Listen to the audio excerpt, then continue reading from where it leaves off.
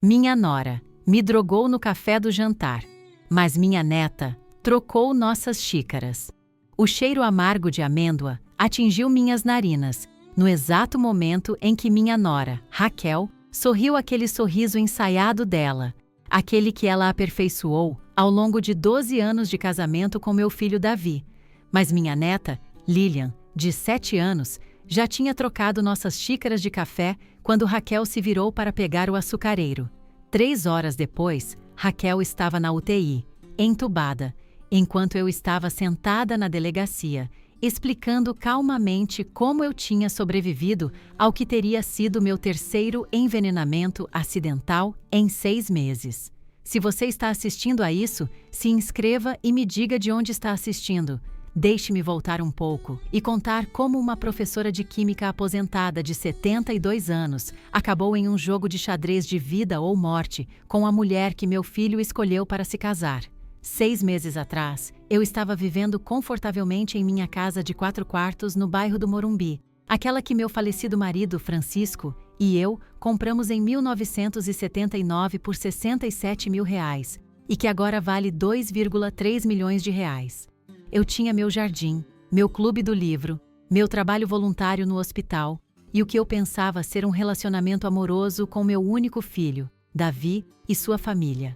Sangue é mais denso que água, mas aparentemente não mais denso que dinheiro quando há 7 dígitos envolvidos.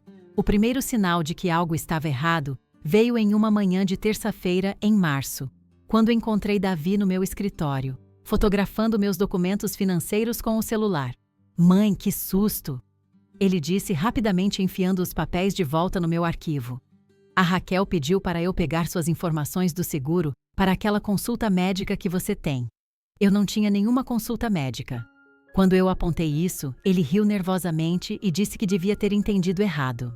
Naquela tarde, troquei as fechaduras do meu arquivo e movi meus documentos importantes para um cofre no Banco do Brasil, na Avenida Paulista. A questão é que filhos adultos que decidem que seus pais já viveram o suficiente sempre acham que são mais espertos do que a geração que os criou. Davi começou a ligar diariamente, não para conversar, mas para me interrogar sobre minha saúde. "Mãe, você parecia confusa ontem. Tem tomado seus remédios?" "Eu tomo um comprimido para pressão alta e uma vitamina diária." Raquel começou a aparecer sem avisar com chás de ervas e sopas caseiras. "Você precisa manter suas forças, Margarida," ela dizia docemente, observando ansiosamente enquanto eu tomava o primeiro gole. A primeira tentativa de envenenamento foi quase risivelmente amadora. Em 18 de abril, Raquel trouxe sua sopa de cogumelos especial, insistindo para que eu comesse enquanto estava quente. A textura era granulada, incomum para suas bisques tipicamente suaves. Eu fingi comer entusiasticamente enquanto, na verdade, depositava cada colherada no samambaia de metro ao lado da minha mesa da cozinha. Aquela samambaia estava morta em 48 horas. Pedi para minha amiga doutora, Janete Hu, do laboratório do hospital, testar o restante da sopa. Ela continha amanita faloide suficiente para desligar meu fígado em poucos dias. Mas essa nem é a pior parte. Na mesma semana, descobri que Davi estava visitando advogados especializados em direito do idoso, especificamente aqueles especializados em processos de tutela. Minha vizinha Bárbara, que trabalha como assistente jurídica no escritório Hoffman e Associados, o reconheceu na sala de espera e achou estranho, já que Davi tem seu próprio advogado. Ela mencionou isso casualmente no nosso grupo de caminhada de quinta-feira de manhã, sem saber que estava potencialmente salvando minha vida. Comecei a gravar tudo, cada conversa, cada visita. O gravador digital que comprei nas Casas Bahia por R$ 47,99 se tornou meu companheiro constante, escondido no meu bolso ou atrás de porta-retratos. O que capturei nos 2 meses seguintes faria seu sangue gelar. Raquel ao telefone com alguém chamado Vicente. "Ela é mais resistente do que pensávamos. Precisamos aumentar a dosagem." Davi para seu sócio. "Assim que tivermos a procuração, podemos liquidar tudo. Só a casa vai quitar minhas dívidas." Na minha idade, Você aprende que o pânico é um luxo que você não pode se dar. Em vez disso, me tornei estratégica. Transferi a escritura da casa para um fundo irrevogável com a filha da minha amiga Marta, a advogada Sarah Shane, como administradora. Movi 1,8 milhão de reais para contas que Davi não poderia acessar, mesmo que conseguisse a procuração. Também comecei minha própria investigação sobre a situação financeira do meu filho. Descobri que sua empresa, Premium Solutions Lida, estava sangrando dinheiro. Ele devia 847 mil reais a vários credores e estava escondendo isso de Raquel, que tinha seus próprios segredos. Um vício em jogos de azar que tinha drenado suas economias e estourado 17 cartões de crédito. A segunda tentativa de envenenamento veio através dos meus remédios. Raquel se ofereceu para pegar a renovação da minha receita na Drogaria São Paulo, uma nora tão atenciosa. Felizmente, 37 anos ensinando química me deram uma paranoia saudável sobre substâncias. Testei os comprimidos usando um kit que encomendei da Amazon. O medicamento para pressão arterial havia sido substituído por digoxina, o suficiente para causar uma arritmia cardíaca fatal. Continuei tomando a medicação, mas na verdade estava engolindo pílulas de açúcar que havia substituído, enquanto documentava tudo com fotografias e resultados de laboratório. Eles pensaram que eu era apenas uma velha indefesa, provavelmente porque eu tinha começado a interpretar o papel. Comecei a esquecer nomes, repetir histórias, deixar o fogão ligado quando eles estavam observando. Os olhos de Davi se iluminavam cada vez que eu mostrava confusão. "Mãe, estou preocupado com você morando sozinha", tornou-se seu refrão constante.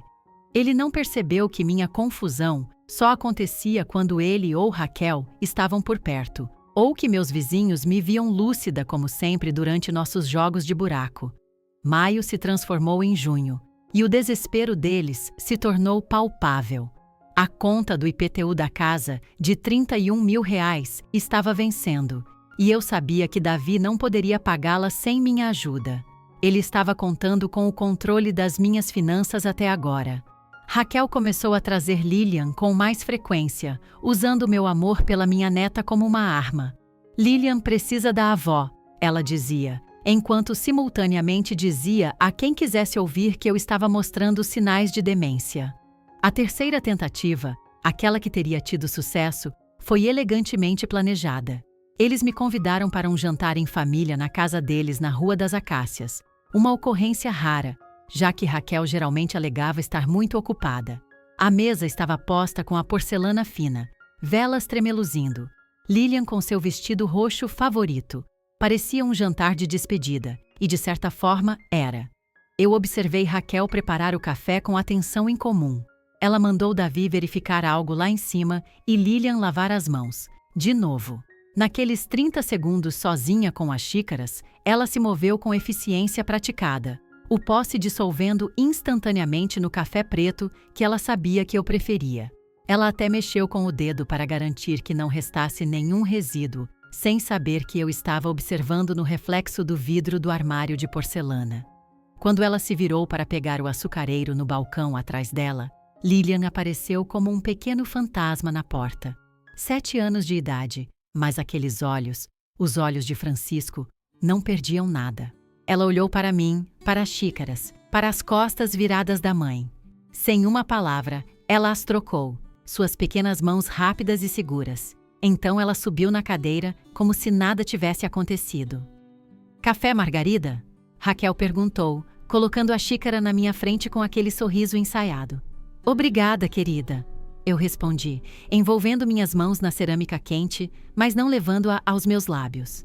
Raquel se sentou com sua própria xícara, antes minha, e tomou um grande gole imediatamente.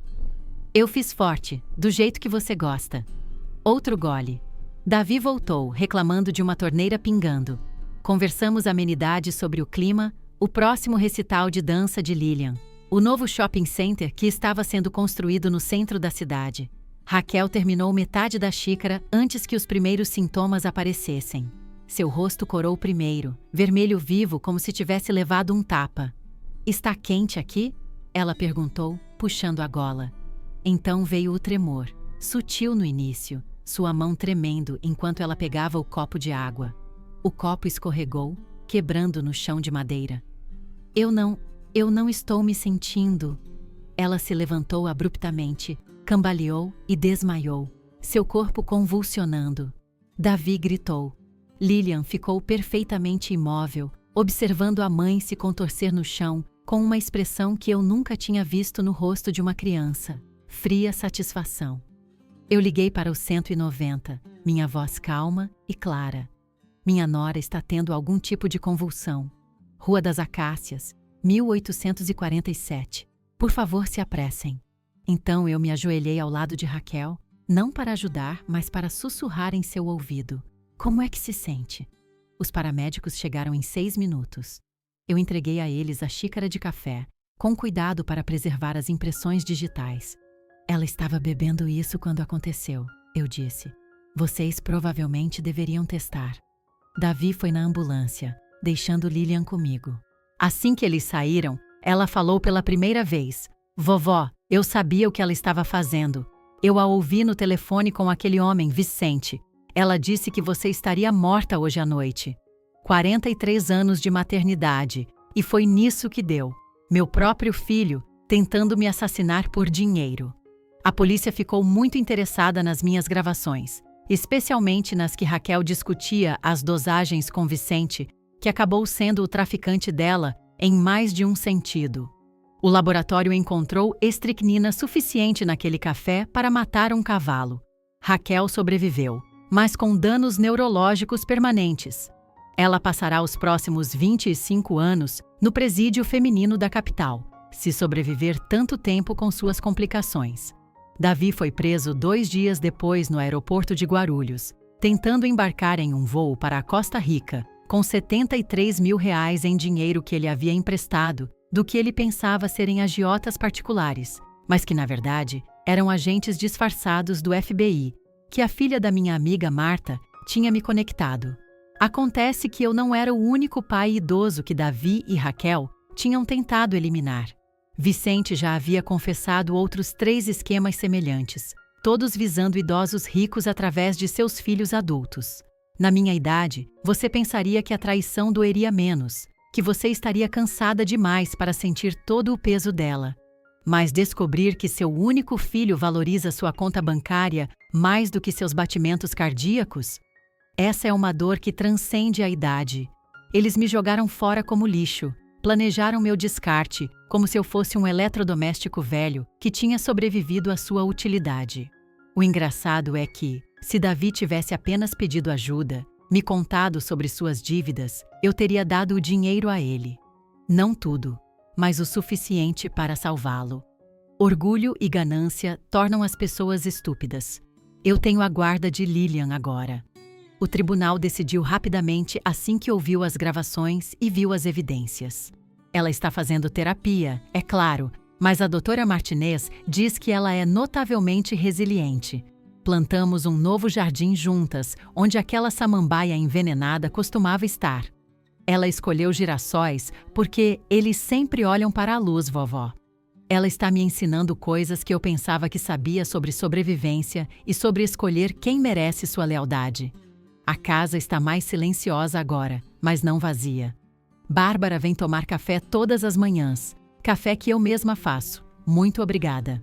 A filha de Marta, Sara, aparece semanalmente. Não como minha advogada, mas como alguém que se tornou como a filha que eu deveria ter tido.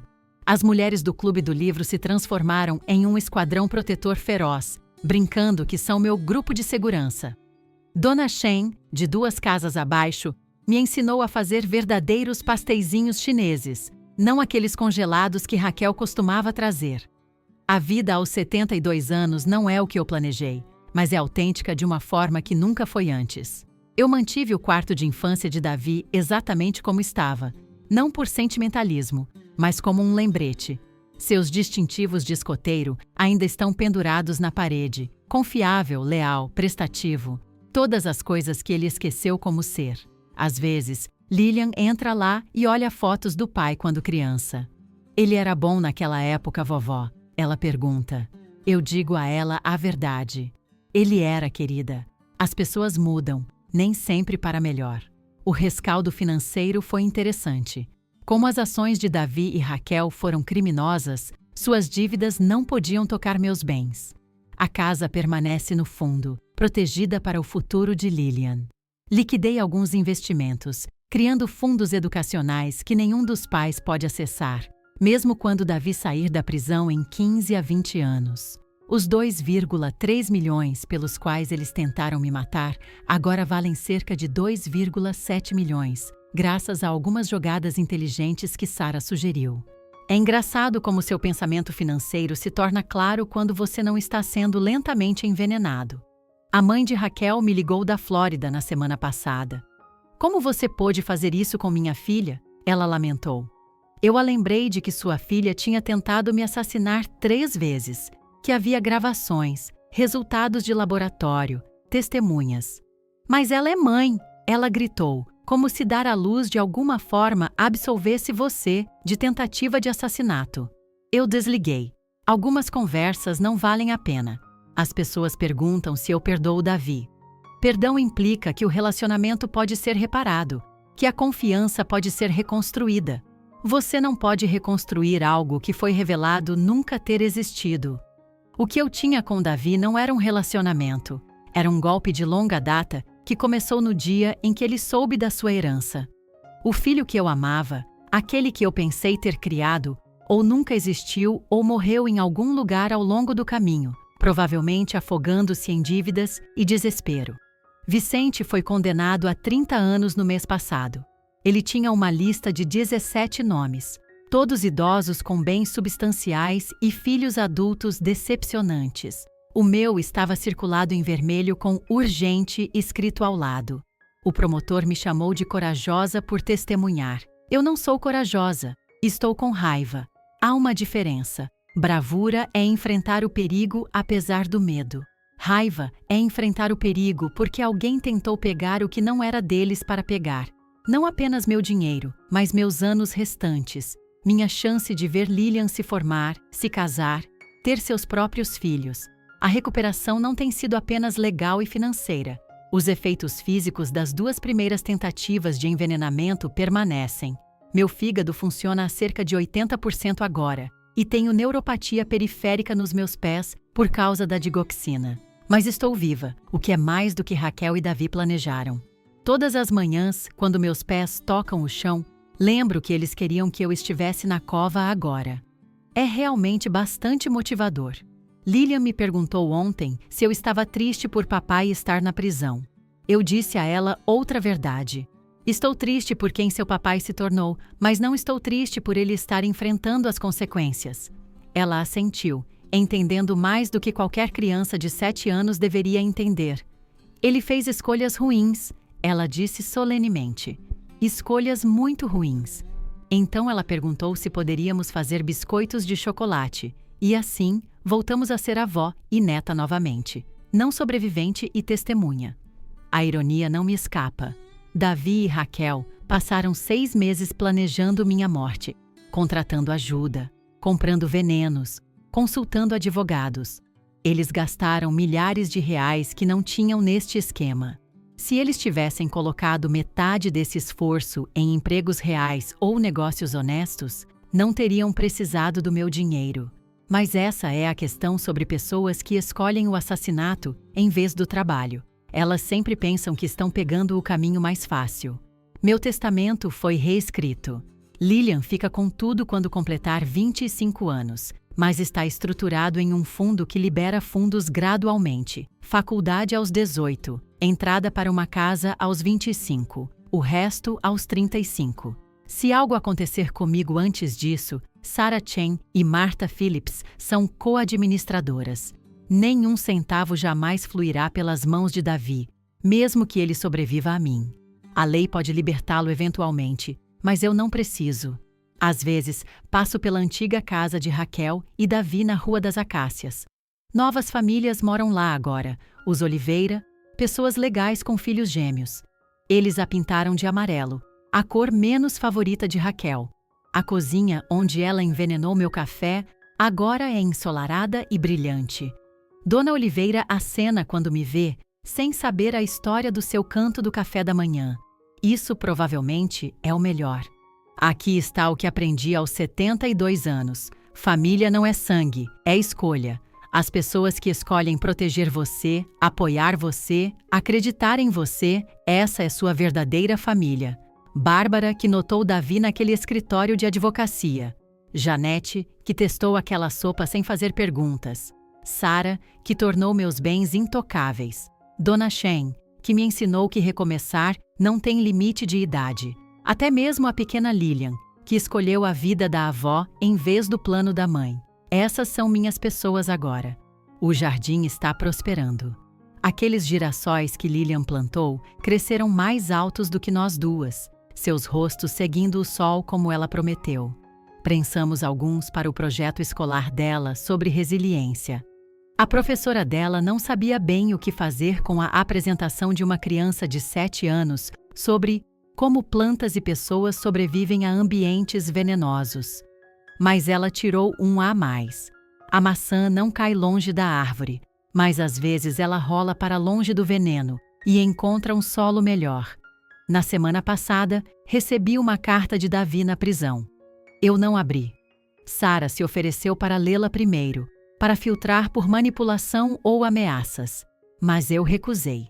Não há nada que ele possa dizer que importaria agora.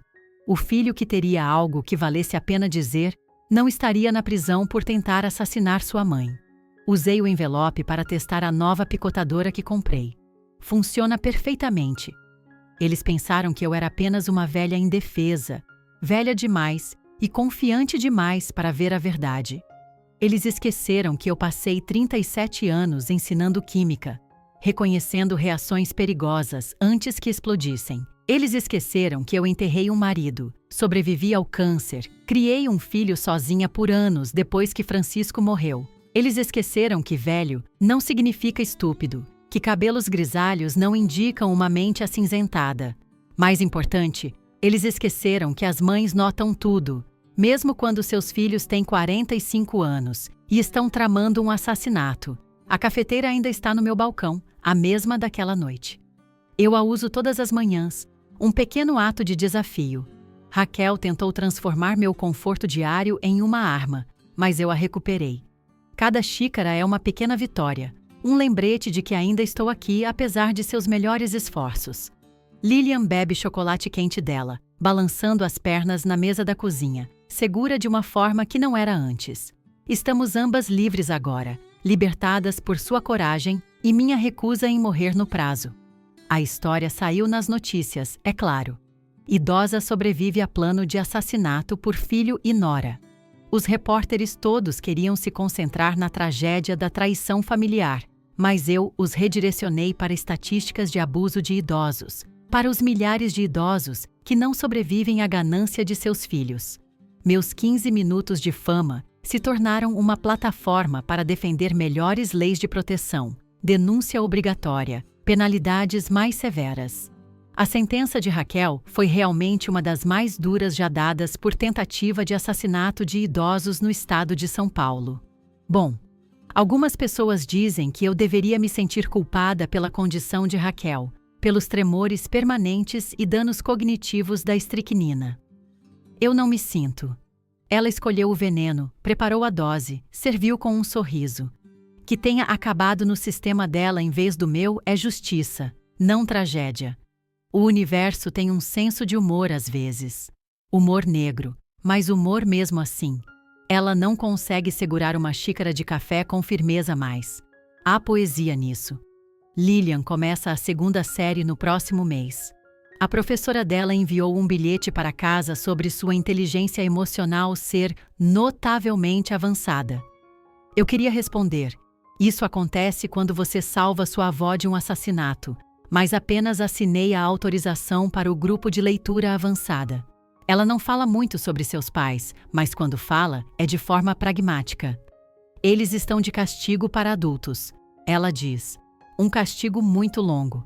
Estou ensinando química para ela agora. Coisas simples como o bicarbonato de sódio e o vinagre reagem, porque óleo e água não se misturam.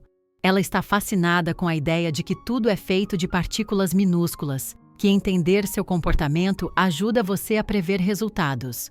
Como as pessoas. Ela disse na semana passada: se você sabe do que elas são feitas por dentro, você pode adivinhar o que elas vão fazer. 7 anos de idade e já mais sábia do que seus pais jamais foram. O fundo fiduciário cresce silenciosamente, investido em fundos de índices chatos, mas estáveis. Quando Lilian tiver 25 anos, deve valer cerca de 4 milhões, assumindo retornos de mercado padrão. Ela ainda não sabe sobre isso. Por enquanto, ela é apenas uma garotinha que ama girassóis e chocolate quente, que lê 3 séries acima do nível e consegue identificar um mentiroso a 50 passos de distância. O dinheiro estará lá quando ela precisar, mas as habilidades que estou ensinando a ela agora, essa é a verdadeira herança. As pessoas às vezes perguntam se estou sozinha. A verdade é que eu estava mais sozinha quando Davi e Raquel estavam na minha vida, fingindo se importar enquanto tramavam minha morte. Agora cercada pela família escolhida, ensinando Lilian, trabalhando com grupos de defesa dos idosos, meus dias estão cheios de uma forma que nunca estiveram antes. Terça-feira é clube de buraco. Quarta-feira é voluntariado no hospital. Quinta-feira é o clube de jardinagem. Sexta-feira é noite de cinema com Lilian. Nos fins de semana exploramos museus, parques, feiras livres. Ela segura minha mão não porque tem que, mas porque quer. Essa é a diferença. O nascer do sol parece diferente agora, pintado com conhecimento que eu gostaria de não ter, mas não posso negar. Meu filho me queria morta. Esse não é um peso que nunca se levanta completamente. Mas todas as manhãs, Lilian entra no meu quarto com seu pijama de dinossauro, sobe na cama ao meu lado e observamos a luz se espalhar pelo jardim juntas. Mais um dia, vovó, ela diz, como se fosse uma celebração. E é. Cada dia que eles não conseguiram tomar é um dia que eu consigo manter. Obrigada por ouvir. Não se esqueça de se inscrever e sinta-se à vontade para compartilhar sua história nos comentários. Sua voz importa.